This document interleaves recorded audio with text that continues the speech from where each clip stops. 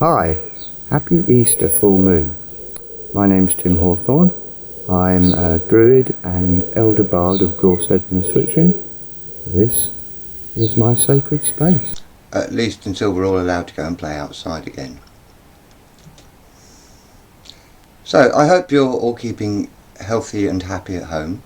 This is a bit of an experiment.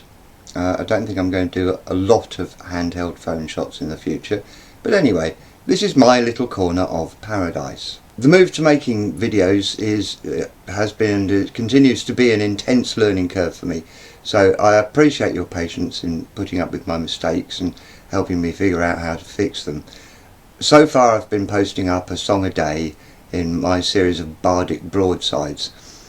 Now that I've got myself set up, I'm thinking of diversifying a bit, so hopefully this will be the first in a series of occasional druid diaries, and then I'm planning on doing a series of more focused bardic briefings covering various aspects of paganism, but obviously bardism in particular. Doing a song a day is a fairly full-on schedule, so I'm going to have to start slowing down after Easter. So I'll be moving to a more lunisolar schedule with various different kinds of postings over the course of a month, is the idea I'm working on at the moment. I'll be focusing in particular on the seasonal cycles and sky stories, which I hope will build up into a useful collection of druidry and bardism related explainers. We get a good view of the night sky here. On Tuesday night, as this rather shaky handheld footage shows, the moon was in the very heart of Virgo. Well, at least it would have been if the clouds weren't in the way and I had a better camera and the stars weren't obscured by the moonlight anyway. Using a program like Stellarium, I've got a link to that as well because you might want to play with it, we can see the full moon would have been in the heart of Virgo. Leo's up and to the right there, the galactic North Pole is overhead, and then Libra can be seen down to the left with Scorpio waving a claw at us over the horizon. Now, the only problem with this picture is that the astrologers tell us that this full moon is in Libra, which is where the next full moon will be in the sky in about a month's time. Now I know astrologers are supposed to be able to predict the future, but surely they shouldn't be living in the future. Well, no.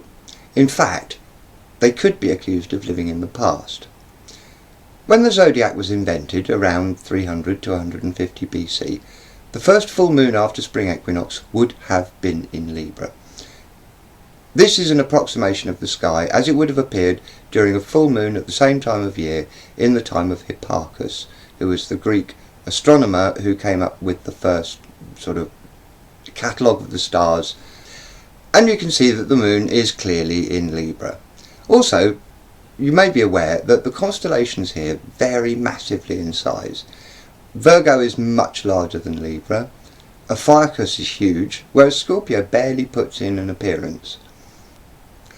What astrologers do is divide the zodiac up into 12 more or less equal-sized houses, starting from the point of spring equinox and conveniently ignoring Ophiuchus. The first 30 degrees of the cycle are Aries, which is where the sun is now, regardless of what constellation is actually in that area of the sky. And the moon is directly opposite that in Libra, so no problem, right? Due to a phenomenon known as precession, the constellations appear to rotate over a period of 25,920 years, approximately. This is caused by a very slow wobble in the Earth's axis, so the North Pole has slowly shifted its relationship to the sky throughout history. Nearly the whole of the constellation of Pisces is now in the astrological sign of Aries. If we look back to last night's sky, that means the constellation of Virgo was mostly in the sign of Libra, except her feet, which were in the house of Scorpio. So, when the moon rose just behind the near Virgo on Wednesday, it had entered the sign of Scorpio, according to astrology. Good. I'm glad we've sorted that all out. I've also rigged up a camera stand and we had a nice clear view of the sky. The first full moon after spring equinox is the Easter full moon. Easter isn't specifically a Christian word. It's linguistically related to words like estrogen and eggs in general. There's certainly nothing in the Bible about chocolate, eggs, or bunnies.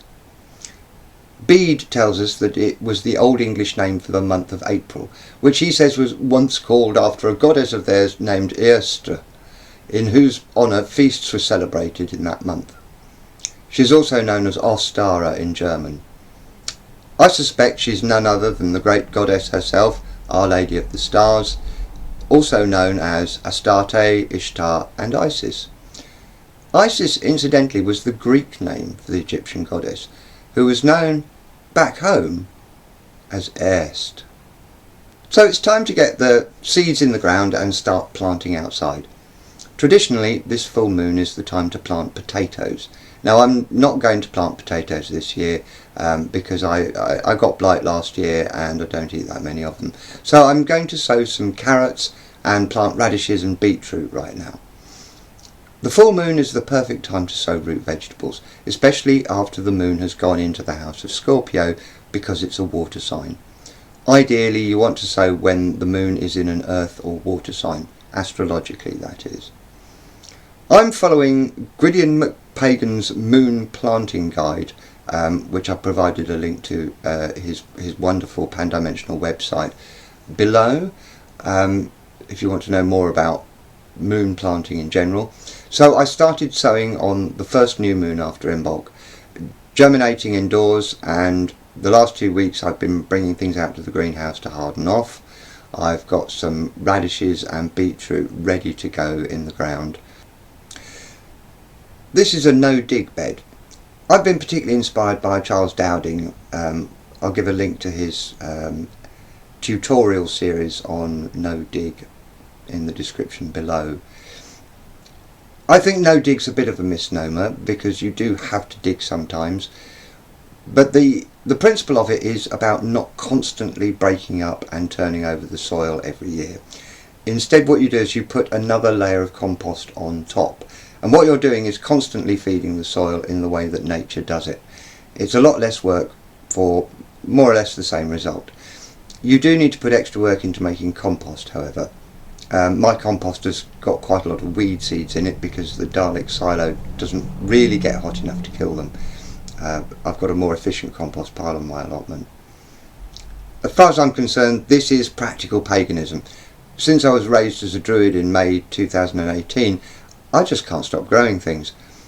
It's given me a much deeper understanding of the cycle of the seasons and the monthly regulation of the moon, from initial sowing of the seed through to the harvest and eventually composting down to provide a growing medium for new seeds. Understanding the cycle of growth and decay applies to life on all sorts of different levels. Right now it's time to get your roots down. So I'm wishing you all a happy Easter, guilt-free chocolate and a fabulous full moon. If you've enjoyed this video, please don't forget to click like down below and the big red subscribe button to keep right up to date with all my bardic broadcasts. Thank you for watching.